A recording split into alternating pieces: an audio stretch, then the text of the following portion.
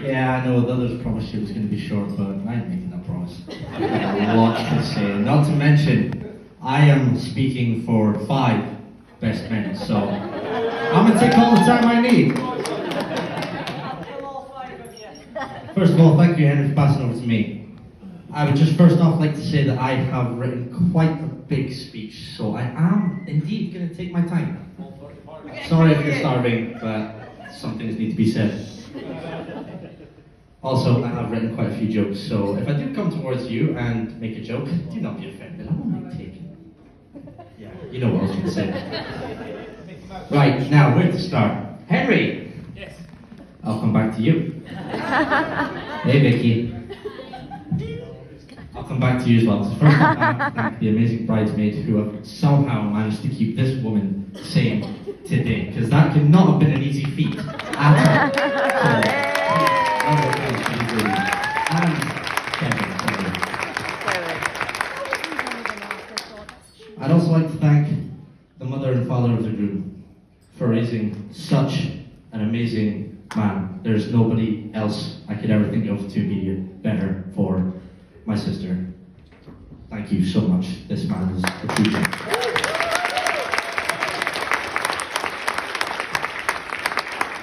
Now, before I get to Henry, I'm coming for you. I'd like to talk about the groomsmen. Thomas. When Henry first told me about Thomas, I was so happy.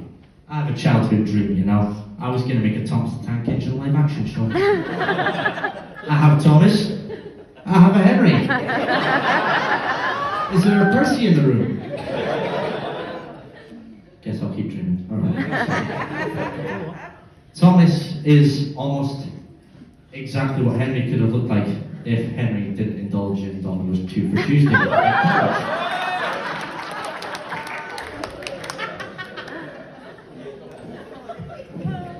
do love you, Thomas. Sorry, give me a second. This thing's tiny. I can't really see where I'm at.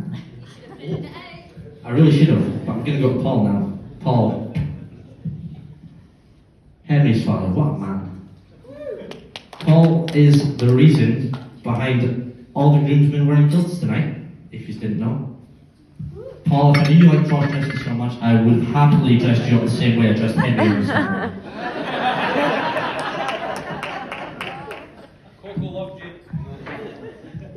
LaRue. Sorry, what was that? God. LaRue is the lovely man who was so unselfish that he let Henry be Big Spoon one morning when we were hungover at college. That was very nice of you, honestly. Henry was my Big Spoon, it was adorable. Matt? If you guys haven't seen Matt's best trick, it is his self-defense mechanism. He has the best one, honestly. If you go up to him and you haven't introduced yourself to him tonight, he likes to do the whole Madagascar penguins smiling wave. It's his best thing, I swear. Remember to introduce yourself. He does get scared quite easily. Johnny, I just want to ask you, what did you say to me when I asked you if you wanted to say something at Henry's wedding? I ain't got a leg to stand on.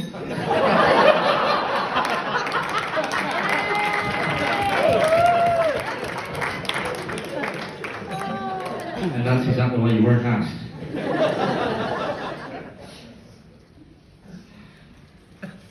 Oh, me. This is so tiny. Get bigger glasses then. Alright.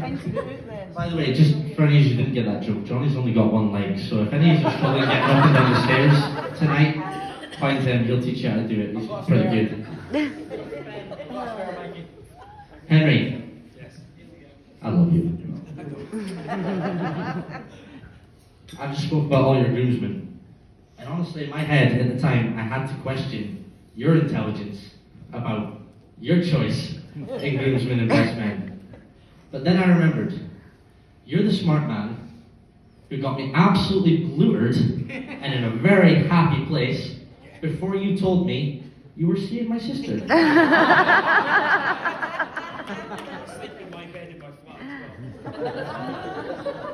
He did. He offered me. He gave me his bed for the night. That was very nice of him. You're also the man who was smart enough to ask me and my mother for permission to marry her. Adorable. This man also waited until I was 120 miles in the North Sea with no way of getting back to him before he told me that him and my sister were expecting a baby.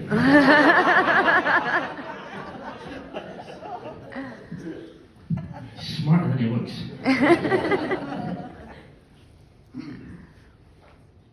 Within these moments, though, it only became clearer and clearer that he was the perfect match for Vicky, because he did things that she wouldn't. Vicky would have made sure I was at home when she told me she was having Ian, because she was dramatic. She would have loved to see my face.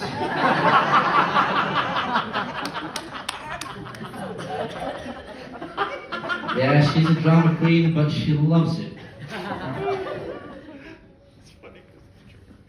Henry, I'm so glad that you and I met, because we became such amazing friends, and you're one of the best men I've ever met. Also, because Vicky's your problem now.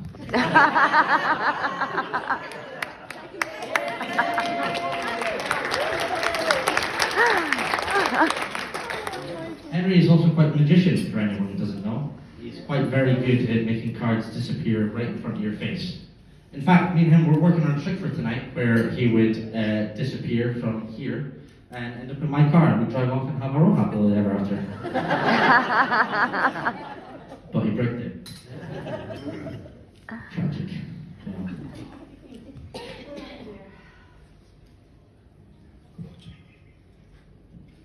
It's still in my pocket, it'll be fine.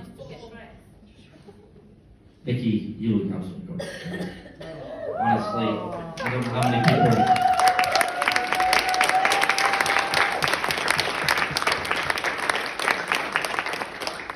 I don't know how many people I've told tonight that I was almost in tears when I saw you, the first look this afternoon. Breathtaking, honestly. I'm definitely jealous of you as well, especially having a man such as Henry.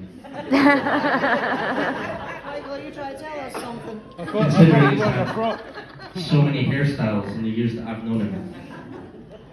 This man used to have a man bun, by the way.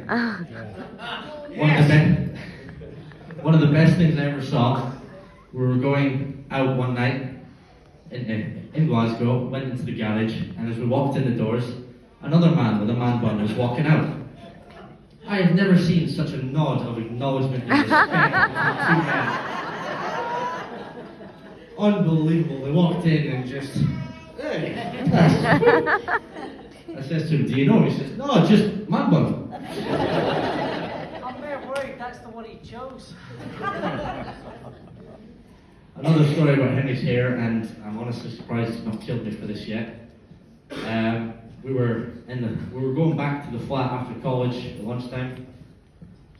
I asked Henry if he was coming up to ours for lunch. Me and LaRue used to stay in the flat just above him. He says, yeah, I'll be up in a minute, I just need to go to my room. So, while he's going to his room, I thought it'd be fun at the time to mess around with a lighter. Left it on the table. Henry comes up for his lunch. I knew as soon as he came in the door he was going to go and light a cig. So, he came in, sat down next to me. Conveniently, this lighter was placed on the table in front of where I left him a nice seat next to me. He picks up the lighter and lights it, and his hair. I'm not sorry, it's hilarious. Michael, you been doing your dad's joke again then? I think I lit your hair on fire, didn't I, Ralph? How about we move on to some of your alcoholic antics? Oh, that was rude with the dry mouth. Remember that time you, me, and Andy went out? And he was buying you doubles the entire night? We were outside at Mambo's. This man, he is blazing. He is so drunk he doesn't know where he is. He tries to lean up against the pillar. Yeah, no. He missed the pillar completely, landed on his bottom. And the first thing he does is sit up and go, what's happening?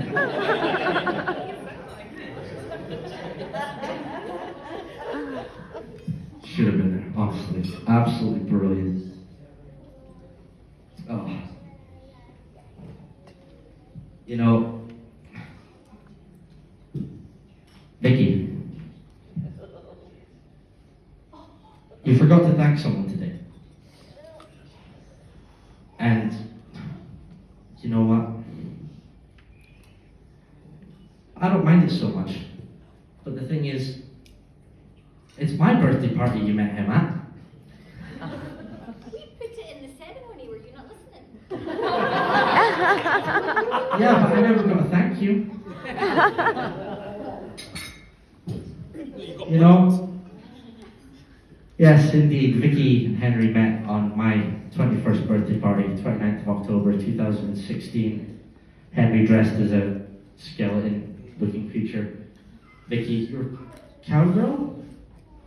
Pink cowgirl. Wow, I just remember the pink hat, honestly. She's my sister. I wasn't really paying that much attention at the time. But when Henry started doing magic tricks and Vicky came through to watch, she was in awe. It was, oh, her face, fantastic, absolutely brilliant. You could see right there that she was like, ugh, yes, what a guy. And then later on that evening, as it was explained earlier, the two of them sat side by side, Nicola on the other side of Vicky, me on the side of Henry, and the pair of them singing Love is an Open Door from Frozen. Beautiful. Sorry, I said Henry was singing that, I should have said trying.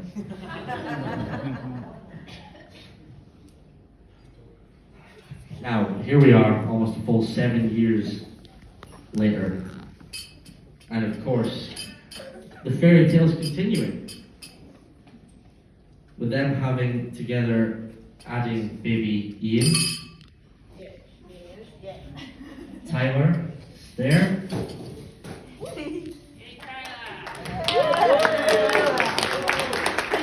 We're on the cusp of moving into their new home. And today, finally, tying the knot. What 7 years it's been. And what an absolute pleasure it has been to have watched the relationship grow into this family. There are times in everyone's lives where we think about our future and wonder who and where we're going to be. But in this case, I think it's obvious. There's going to be good times, there's going to be tough times. Happy times, sad times, that's cliche. But as long as you remain as strong as you have for the past 7 years, I have no doubt you will be here until the end of your days. Oh, sweet Michael. It's not finished yet.